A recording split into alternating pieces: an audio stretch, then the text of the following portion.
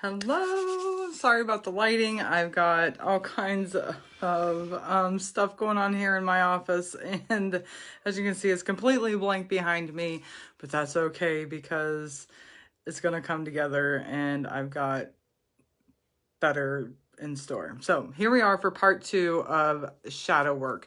We're going to talk about kind of like basically the foundations, like it's not fun, the law of attraction, negative thoughts. Hello, make sure you say hi.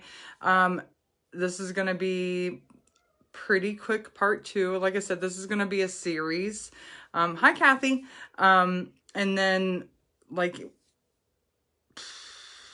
maybe one more part and then we'll kind of be done with shadow work. The rest of it's going to be all on you guys. Whether you choose to do it or you don't, it's all basically on you. Tomorrow is, I know I said we was going to do it today, but tomorrow we're going to do our group reading, so make sure you tune into that. But I definitely wanted to make sure I stayed on track with our shadow work. So, it's not always fun. Shadow work isn't always fun, but I wanted to touch on that. I'll bring you around here because I got my notes right here too. But there are exceptions, but they're not the rule. So I don't want this to make you turn away from shadow work though. While it can be hard and uncomfortable and even painful at times, the rewards definitely outweigh the work that you're going to put into it, okay? So this is going to bring us to a point of contention. Hello everybody. It's going to bring us to a point of contention that we need to address. So there's a idea that floats around quite frequently, and it's not in just certain communities. It is actually everywhere. And the idea is that you want to avoid negative thinking. Okay, well, that sounds really great, right? Okay, but let's be logical. It sounds really great to sell everybody on avoiding negative thinking 100% of the time. Yeah, I would love to go 100% of the time without thinking anything negative, but let's, be realistic. That doesn't happen. I don't care who you are. So that's what I wanted to touch on. The whole reason they talk about, wanting to avoid negative thoughts is because it's going to go into exactly what I'm going to talk about, which is the law of attraction. So basically they say, if you think negative thoughts, then negative things are going to happen. That's why they want you to avoid the whole negative thought process. However, negative thoughts are actually good. So let's get into that. So the law of attraction is this: if you energy attracts like, right? So the energy that you focus on is the energy that you'll get more of. Hi, Becca.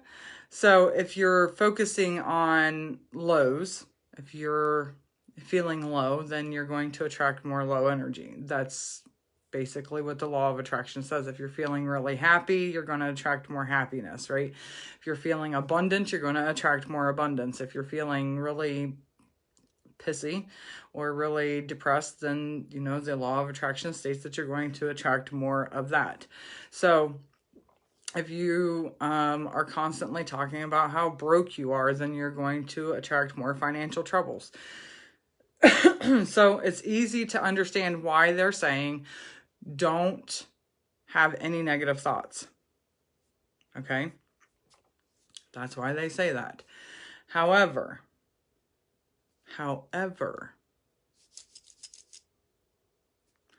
while it can work in some instances, trying to implement the idea of the blanket policy of not having any negative thoughts, the least, hi Joyce, the least of which is,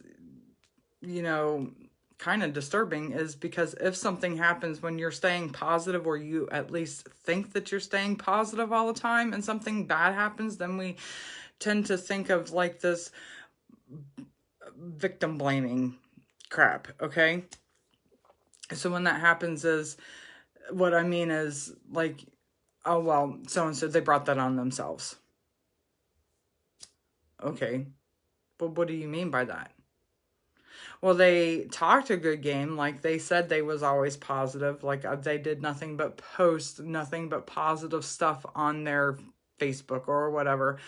But in reality, maybe behind the scenes, what y'all didn't see was, they were severely depressed, and, only certain people knew about that. So that's what I'm talking about, like the victim blaming. They're blaming the person who fell on the hard times. It becomes a big whirlwind of bullshit, basically. Okay, so if you're met with sympathy to your face, but behind your back is where the victim blaming is coming into play.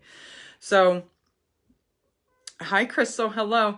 So whether, it be a cancer or a cheating partner, financial trouble, or something else, somehow people find a way to blame the person, okay, for energetically attracting their own suffering. That's what I'm talking about when I say victim blaming. So even if it were true, the kind of holier than thou victim blaming is toxic, and it destroys any space that the victim may have found for healing and growth within a community. Even if it's like, say, this group or this page here, because I want this page to be a place where y'all can talk freely. This is a don't hide yourself. Speak freely. No negativity here, right? So you're gonna feel supported no matter what here.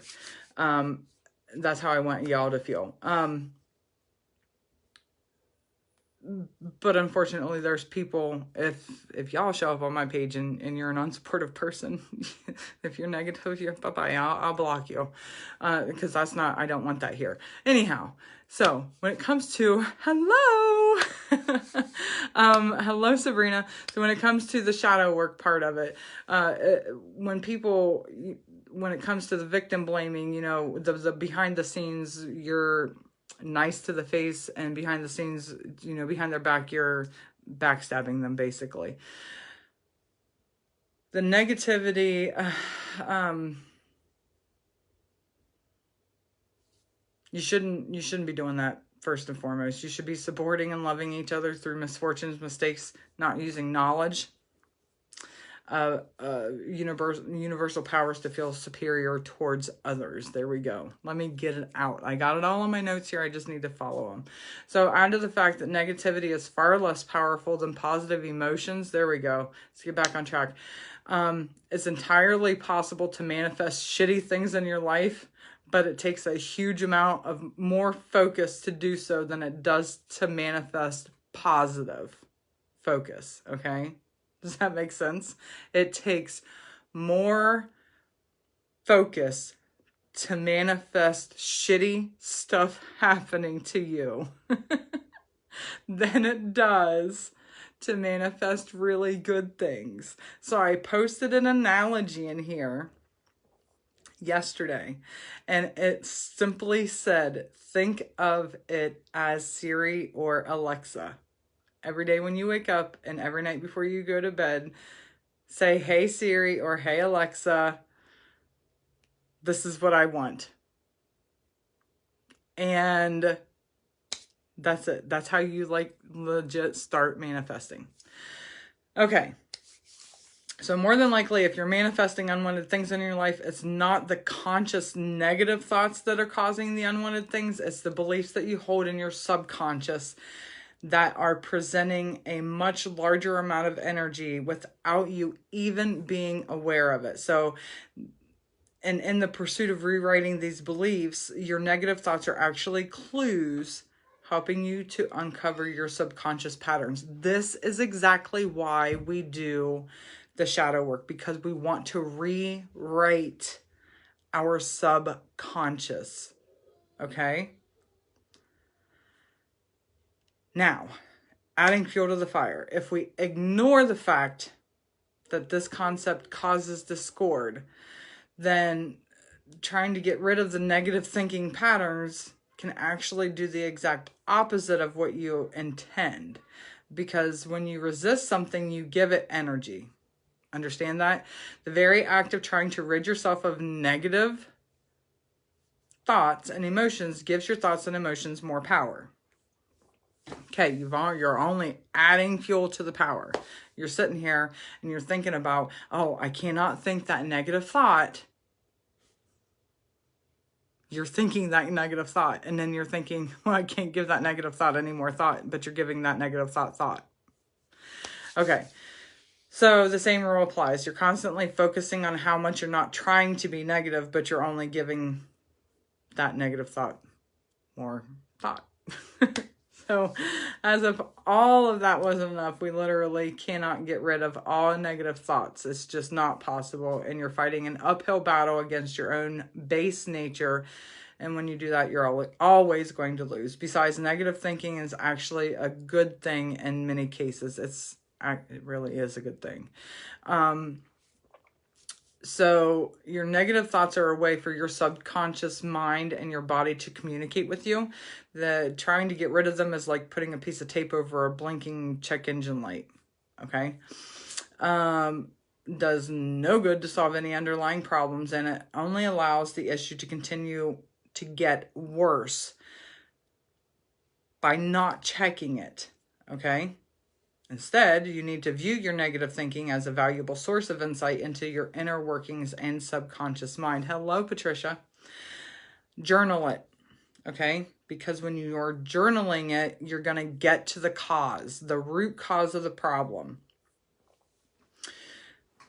And I don't mean just like briefly journaling what the hell it is that your negative thought is. You really got to get into it. And one of those ways to do that is to really get into it. So when you do that, you need to get into a mindfulness journaling. Mindfulness journaling. When you do that, you want to set at least 20 to 30 minutes. And I say 20 to 30 minutes because if you are writing 20 to 30 minutes, you are not going just over the surface of that problem. You are literally digging down into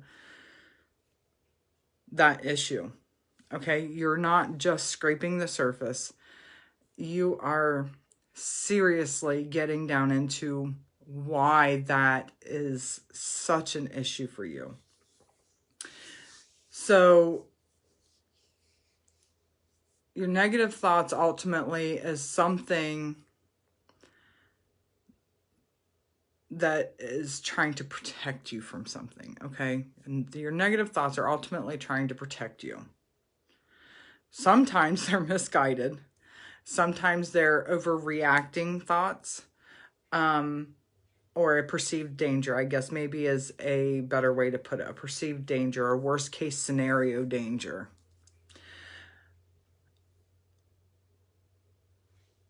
And by journaling it, we're going to get down to the root of it, okay?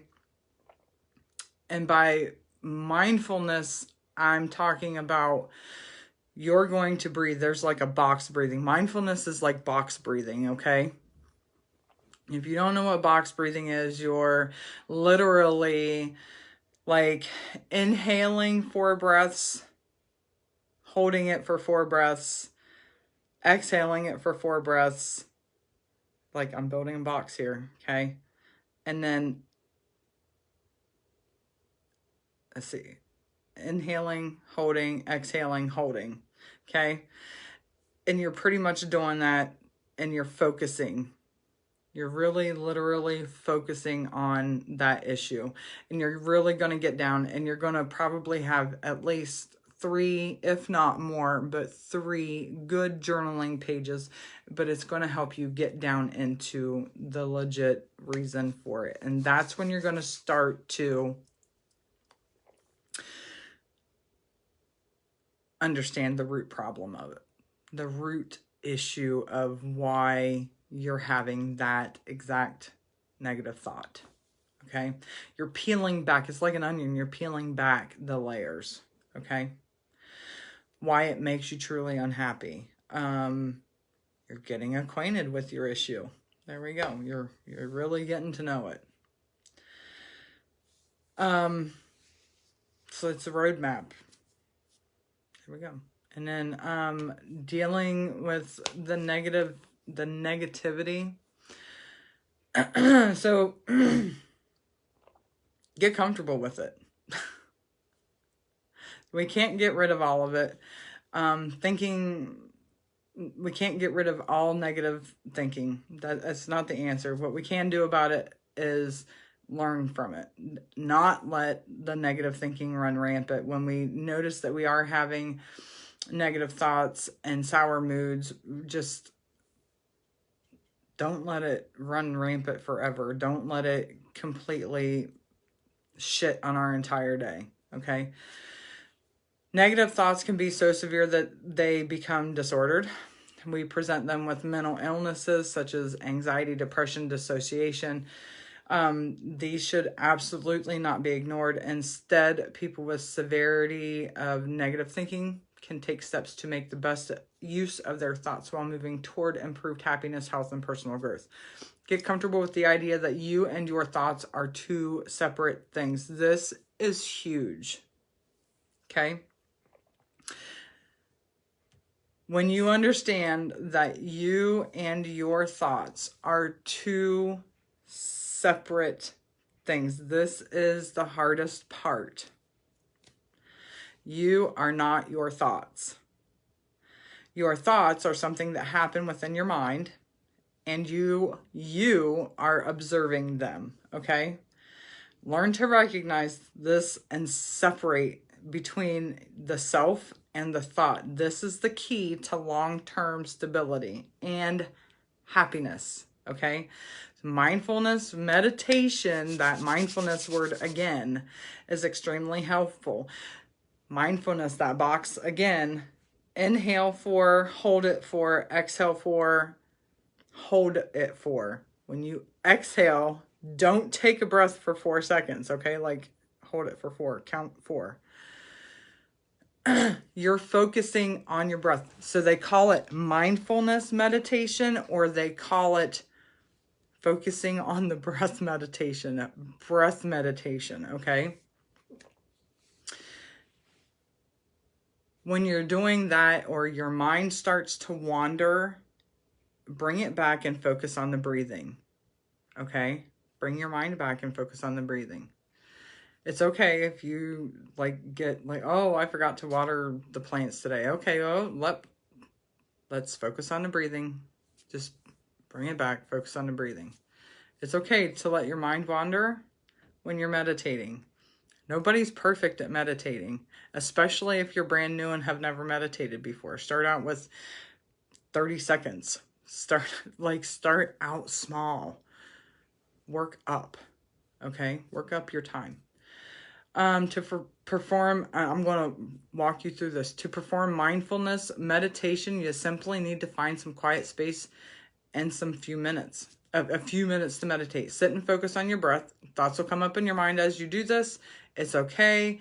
All you have to do is detach yourself when you notice that you're getting distracted by the thought, and go back to focusing on your breath. When you're first beginning, start with very short sessions, as little as 1 to 3 minutes. I said start out with 30 seconds. By all means, do what is comfortable for you. I suggest starting out with 30 seconds if you have never meditated before. As you progress and get better at separating your focus from your thoughts, you're going to extend the amount of time that you practice this meditation. But remember, it's a practice, okay? What happens when you practice? The more you practice, the better you get. If you feel like you're not very good at it, it's okay. You don't have to be good at it. You simply need to show up, okay? Show up. Focus on improving in whatever small way that you can. Keep in mind that practice is good for learning. See the divide between yourself and your thoughts. It's not a way to get rid of your thoughts, but in the Western world, meditation has an unfortunate tendency of being used as a means of escapism.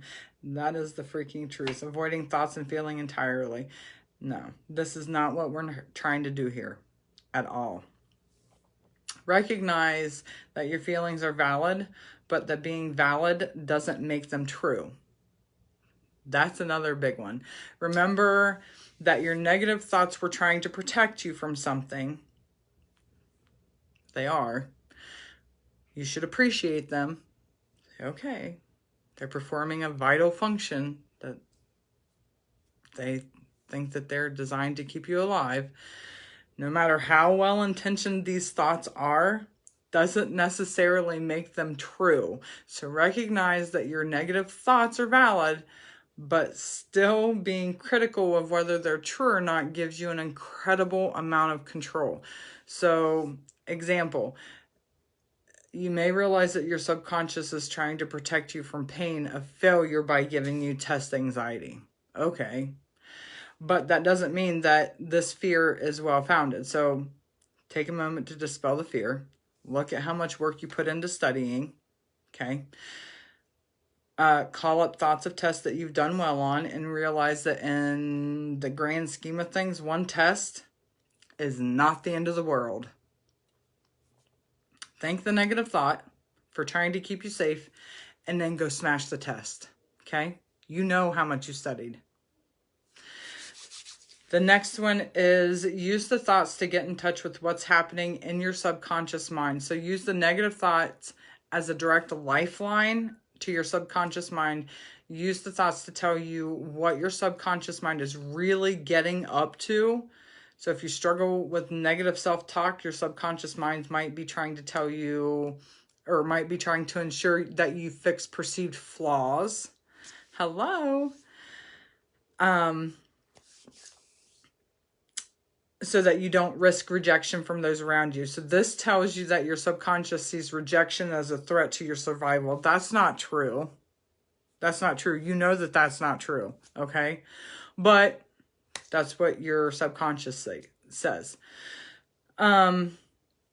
You have an opportunity to dig into that perception and find out what caused your mind to become fixated on that as a threat. So you can look at events that might have made you scared of rejection, such as maybe your parents being unhappy when you acted out, or partners expressing dislike for something about you, to maybe the way your boss treats you at work. Negative thoughts don't have to be something that you endured or something that you try your hardest to reject, okay? They can be a useful tool in your pursuit of control over your life, happiness, and growth, and you just simply have to be willing to work with them and be kinder to yourself in the process, okay? That's it for tonight. So kind of keep that in mind. That was kind of a lot. I kind of spewed a lot at you, didn't I? Go back and watch the replay. You can watch this as many times as you want. Part 3, we're going to talk about how to do the shadow work, how to actually do the shadow work. And then that's it. So stay tuned for part 3. I think maybe we'll do that on, today is Monday. I think we'll do that on Friday. And then maybe we'll come back the following Monday and get your final thoughts, what you guys think. So there's that. I will see you all tomorrow for the group reading. I love you all. Thank you so much for tuning in. And if you have any questions, by all means, make sure you put them here in the comments. I'll talk to you later. Bye.